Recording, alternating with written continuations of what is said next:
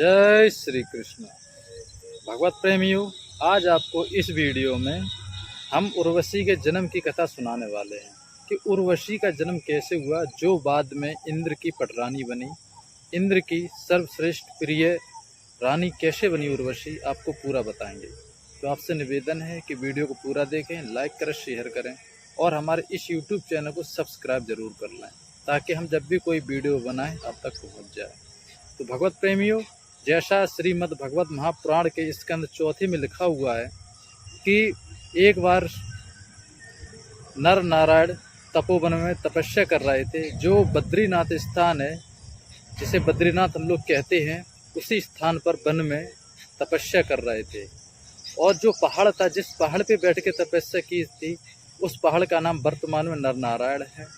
तो लिखा है ऐसा कि भगवान ने, जो बाद में श्री कृष्ण अर्जुन जो हुए हैं द्वापर युग में, ये नर नारायण तपस्या की थी 1000 वर्ष तक। मतलब लिखा है कि हजारों वर्ष तक तपस्या की थी। और क्या हुआ कि इंद्र को डर बना रहता है कि कोई तपस्या करके हमारे राज्य को हड़प न ले, कोई इस इंद्रलोक में आके राज्य ना कर ले। वो ये चाहता है, जो इंद्र मौजूद रहता है वो चाहता है कि हमेशा मैं ही राज्य करूं, मैं ही स्वर्ग का सुख भोगूं। तो जब उसने देखा कि नरनारायण नाम के 2 सन्यासी तप कर रहे हैं, तो उसने जितनी उसके पास मतलब सुंदर सुंदर नृत्य करने वाली जो उसकी रानियां थीं, दासियां थीं, सबको भेज दिया। बोले जाओ, जो 2 सन्यासी बद्रीनाथ पर्वत पर जो तपस्या कर रहे हैं उनकी तपस्या भंग कर दो। जब ये बात जब सुनी तो आज्ञा मान के दोनों चली गई और जिस पर नरनारायण तपस्या कर रहे थे दोनों वहां पहुंच गई। तो इंद्र की आज्ञा पाकर इंद्र की रानियां उस पर्वत पर पहुंच गईं जहां नरनारायण तपस्या कर रहे थे। सुंदर वातावरण था। उन पटरानियों ने सुंदर सुंदर नृत्य किए, सुंदर सुंदर गायन किया, वादन किया, पर नरनारायण का कोई फर्क नहीं पड़ा। उसके बाद क्या हुआ, जैसा शास्त्र में लिखा है कि भगवान जो श्री कृष्ण थे, भगवान श्री कृष्ण ने अपनी उर्जंगा से उर्वशी को उत्पन्न किया था। क्योंकि जो पटरानियां आई थी उनको अपने आप पे बहुत अहंकार था कि मैं बहुत सुंदर हूँ, मैं बहुत अच्छा नृत्य कर लेती हूँ, वादन करती हूँ, गायन करती हूँ। तो भगवान ने उन अप्सराओं का अहंकार तोड़ने के लिए उर्वशी को अपनी उर्जंगा से उत्पन्न किया था। और भगवान ने उस अप्सरा का नाम भी दिया था कि आज से तुम्हारा नाम उर्वशी होगा।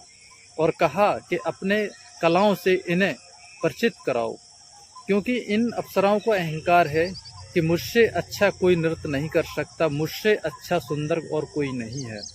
तो अप्सरा ने नृत्य किया, उर्वशी ने ऐसा नृत्य किया, जो अप्सरा इंद्रलोक से आई थी सब थक कर बैठ गईं और भगवान से क्षमा मांगी कि प्रभु मुझे क्षमा करिए, मैंने अपराध किया है। तो भगवान ने कहा नहीं, तुम्हारा कोई अपराध नहीं, क्योंकि तुम्हारा ये धर्म था। तुम राजा इंद्र की पटरानियां हो, तुम्हारा धर्म यही बनता है कि जो राजा आदेश करेगा उसे तुम्हें पालन करना ही पड़ेगा। और कहा कि इंद्र से जाकर कहना कि स्वर्ग का कोई भी सुख स्थायी नहीं है, नश्वर है, आज नहीं तो कल उसका नाश होना है। ठीक इसी प्रकार इंद्र जब तक राज पर बैठा तब तक बैठा, एक दिन इंद्र को उस पदवी से हटना ही पड़ेगा।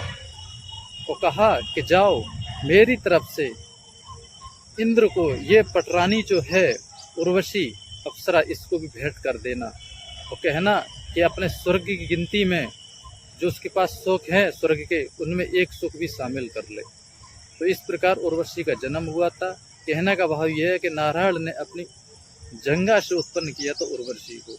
इस प्रकार उर्वशी का जन्म हुआ था। जो मैंने पढ़ा है, देखा है, वही मैं आपको बता रहा हूँ। यदि फिर भी आपका कोई शंका है तो हमें कमेंट में बताएं, हम जरूर आपका सहयोग करेंगे, मदद करेंगे। आपको सच्चाई जो थी वो मैंने आपको बताई है। जय श्री कृष्ण।